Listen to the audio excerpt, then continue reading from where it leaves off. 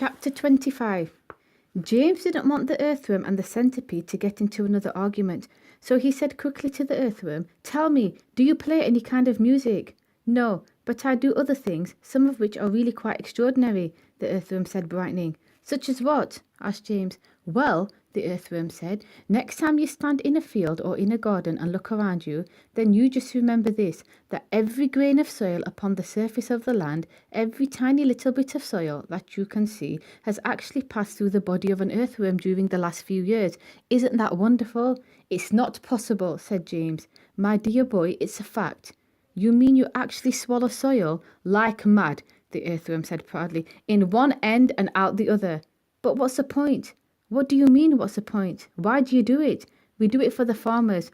It makes the soil nice and light and crumbly, so that things will grow well in it. If you really want to know, the farmers couldn't do without us. We are essential. We are vital. So it is only natural that the farmer should love us. He loves us even more, I believe, than he loves the ladybird." "The ladybird," said James, turning to look at her. "Do they love you too?" "I am told that they do," the ladybird answered modestly, blushing all over. "In fact, I understand that in some places the farmers love us so much that they go out and buy live ladybirds by the sackful and take them home and set them free in their fields. They are very pleased when they have lots of ladybirds in their fields." "But why?" James asked. "Because we gobble up all the nasty little insects that are gobbling up all the farmers' crops. It helps enormously, and we ourselves don't charge a penny for our services." "I think you're wonderful," James told her. "Can I ask you one special question?" "Please do."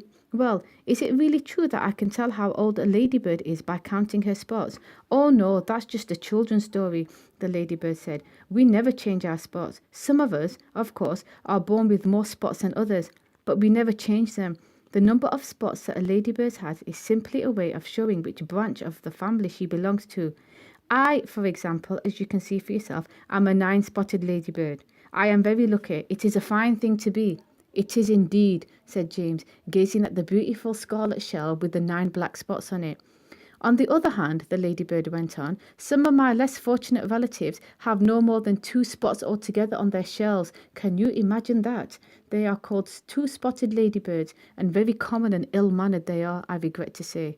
And then, of course, you have the 5-spotted ladybirds as well. They are much nicer than the 2-spotted ones, although I myself find them a trifle too saucy for my taste."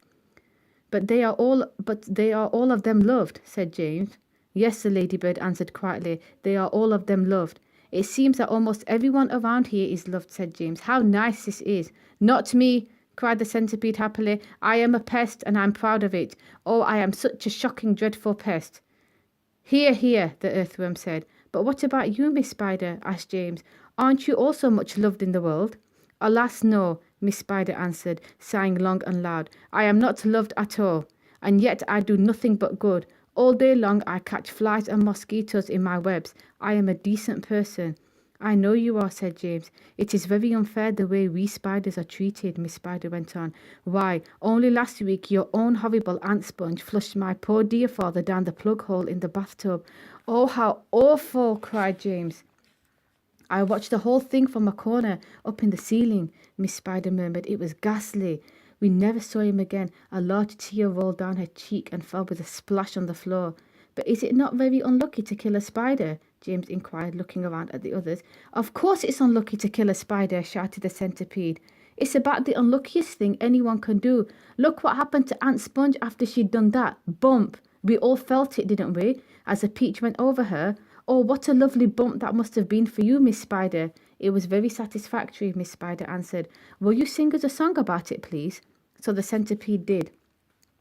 Aunt Sponge was terrifically fat and tremendously flabby at that.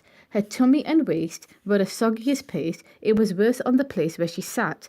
So she said, "I must make myself flat. I must make myself sleek as a cat. I shall do without dinner to make myself thinner." But along came the peach, or the beautiful peach, and made her far thinner than that. "That was very nice," Miss Spider said.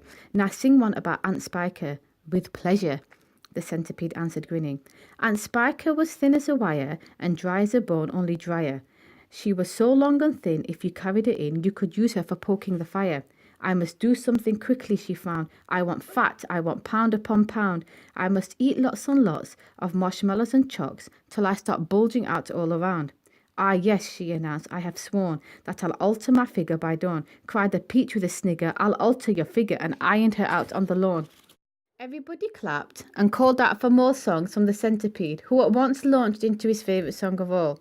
Once upon a time, when pigs were swine, and monkeys chewed tobacco, and hens took snuff to make themselves tough, and the duck said quack, quack, quacko, and porcupines drank fiery wines, and goats ate tapioca, and old Mother Hubbard got stuck in the cupboard. Look out, centipede, cried James, look out!